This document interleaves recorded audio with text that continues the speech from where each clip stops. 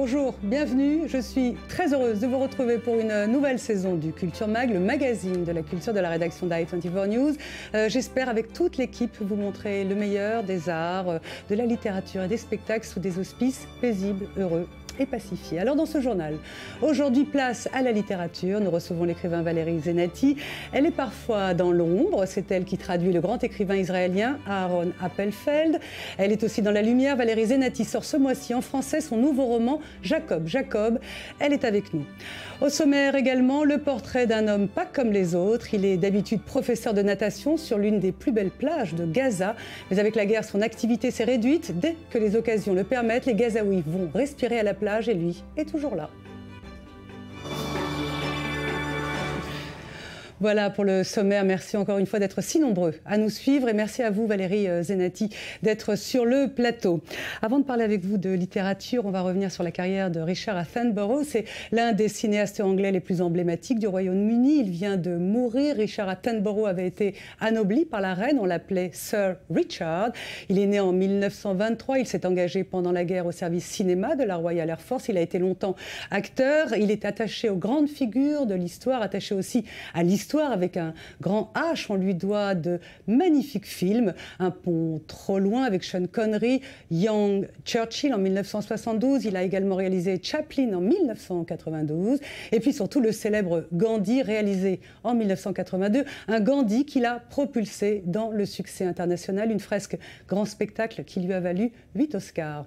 Il est adoré par les cinéastes, pur et dur. C'est d'ailleurs Steven Spielberg qui l'avait convaincu de renouer avec son métier d'acteur. Sir Richard Attenborough a donc joué dans Jurassic Park et il avait à cette époque-là plus de 70 ans. Il est mort dimanche en Angleterre à l'âge de 90 ans, signe de son temps. Sir Richard s'était marié à l'âge de 21 ans et il n'avait jamais divorcé. Voilà. Les temps changent, n'est-ce pas? Merci à vous, Valérie Zenati, d'être sur le plateau. Vous êtes, je l'ai dit, par moments dans l'ombre, puisque vous êtes la traductrice de Aaron Appelfeld, et puis vous êtes également dans la lumière, parce que vous sortez un livre. C'est le plus grand écrivain israélien, enfin c'est l'un des plus grands, si ce n'est l'un des plus grands écrivains israéliens, Aaron Appelfeld.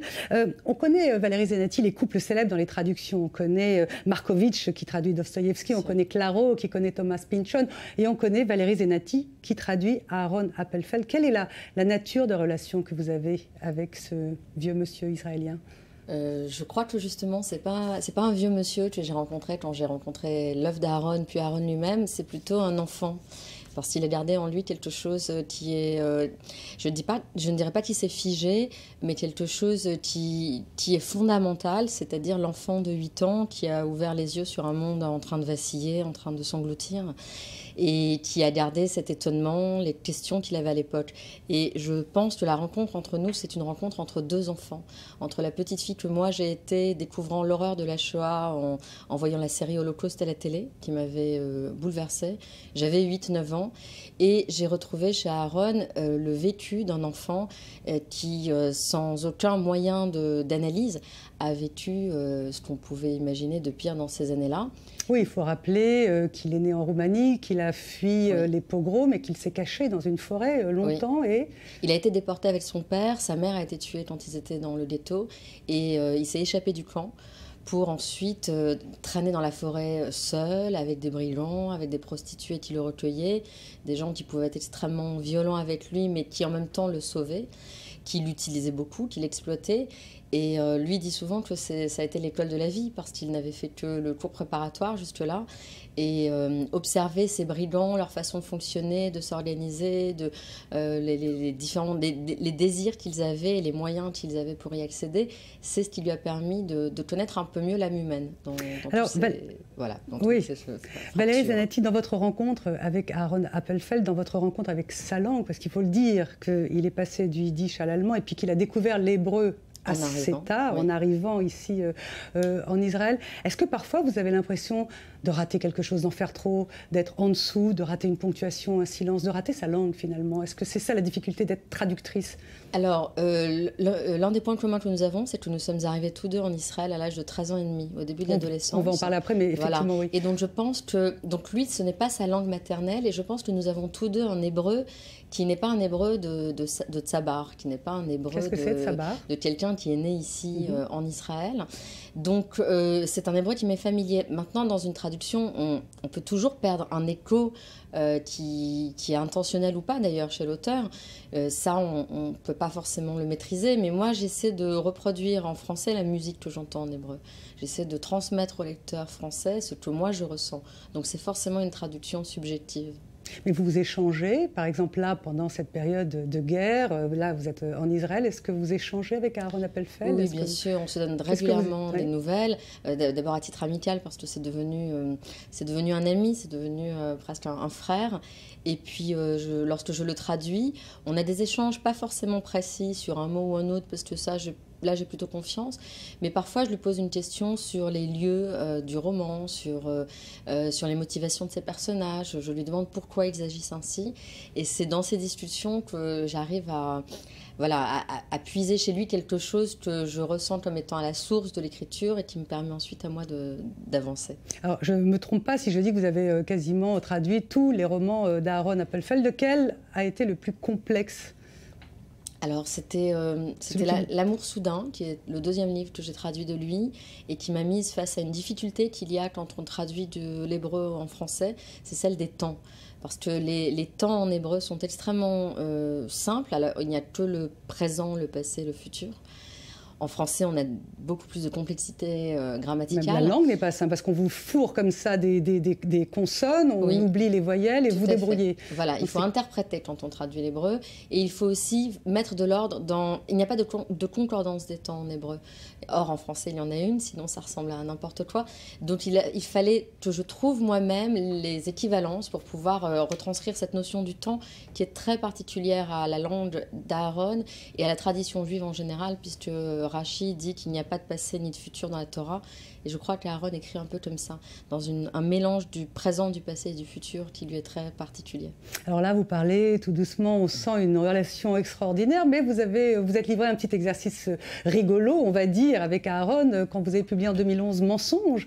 Vous avez inventé, écrit du réel autour de lui. C'était quoi? C'était une façon de lui rendre un hommage particulier? D'aller plus loin que ça. Je cherchais ce qui était au cœur de la rencontre, parce que je pense que ce qui bouleverse nos vies, ce sont les rencontres. C'est ce sentiment qu'on a parfois en rencontrant quelqu'un, qu'on a une histoire commune, alors que c'est la première fois qu'on se voit.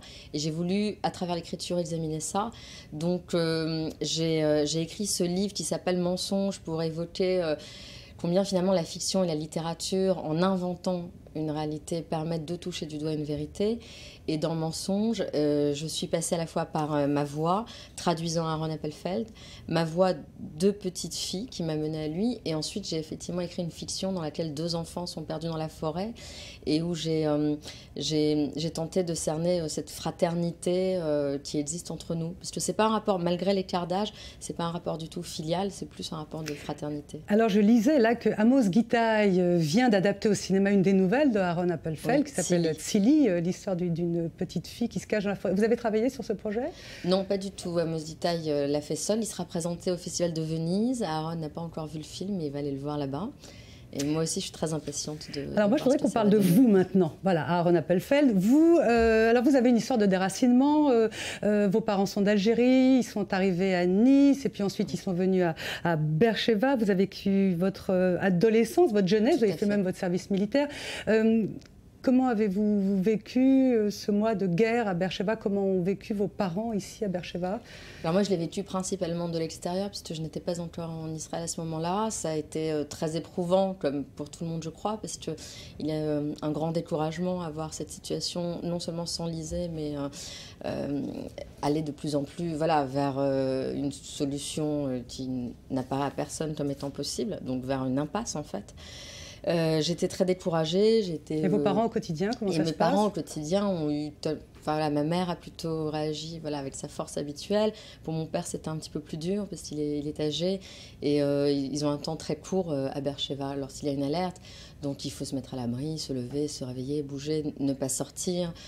Cet enfermement est très très difficile pour quelqu'un comme lui. Vous avez écrit en 2002 un livre sur votre expérience de soldate, ça s'appelle « Quand j'étais soldate ». Quelle est votre réaction maintenant quand vous voyez l'actu, quand vous voyez ces jeunes envoyés à Gaza? Quelles sont vos émotions? Je me sens évidemment très proche d'eux parce que je sais ce que c'est d'avoir 18 ans, de quitter une vie normale de lycéen avec ses amis, sa famille, et puis de se retrouver tout à coup avec des responsabilités absolument incroyables. Je crois que c'est ça qu'on a du mal à envisager tant qu'on n'a pas vécu ça.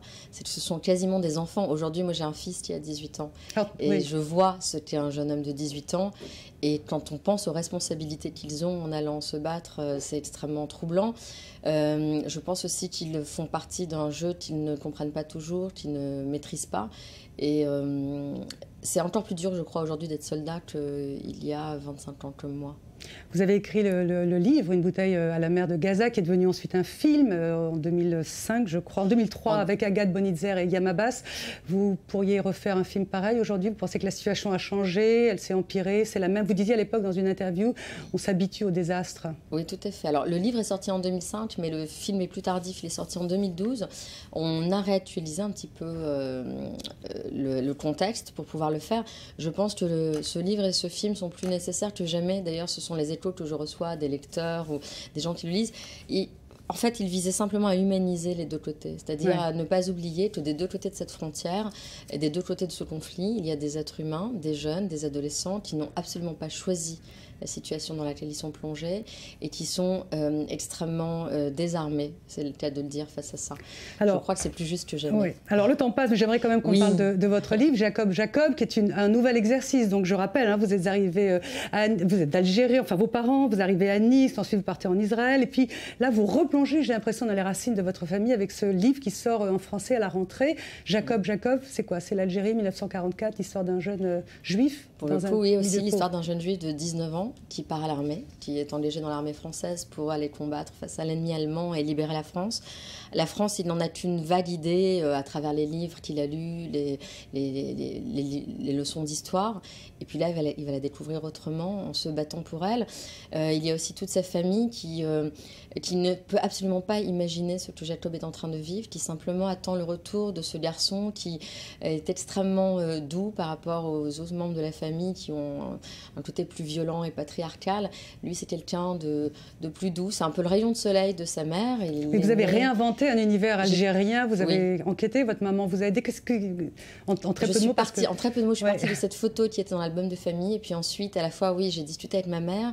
J'ai beaucoup écouté ma grand-mère quand j'étais petite. Et je crois qu'il y a énormément de choses qui se sont inscrites en moi. Et j'ai fait aussi des recherches pour m'imprégner de ce que Jacob avait vécu et que personne n'a pu imaginer, ni de son vivant, ni après sa mort.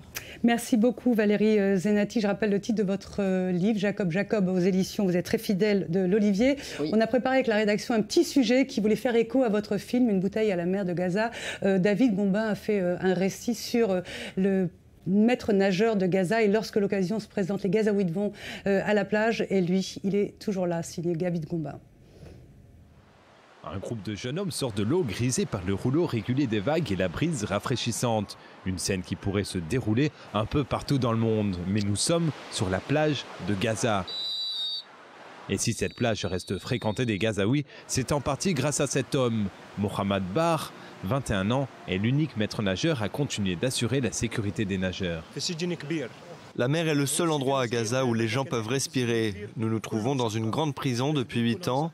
D'ordinaire, les prisons sont petites, mais nous en avons une grande qui reste fermée.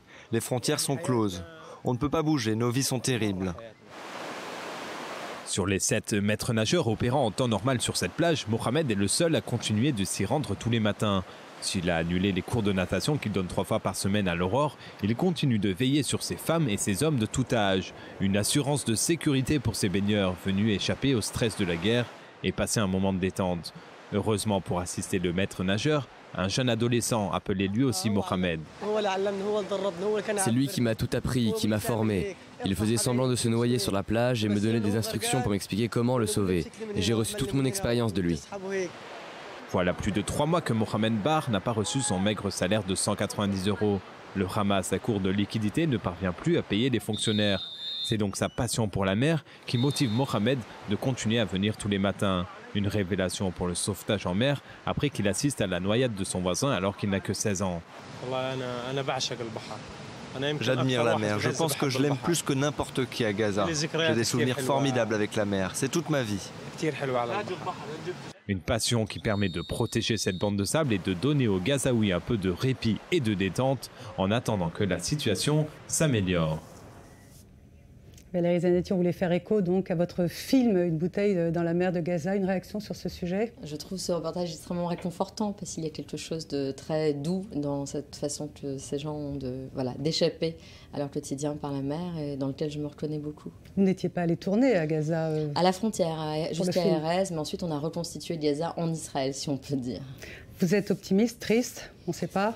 Je crois qu'en hébreu, on dit qu'on est optimiste. Voilà.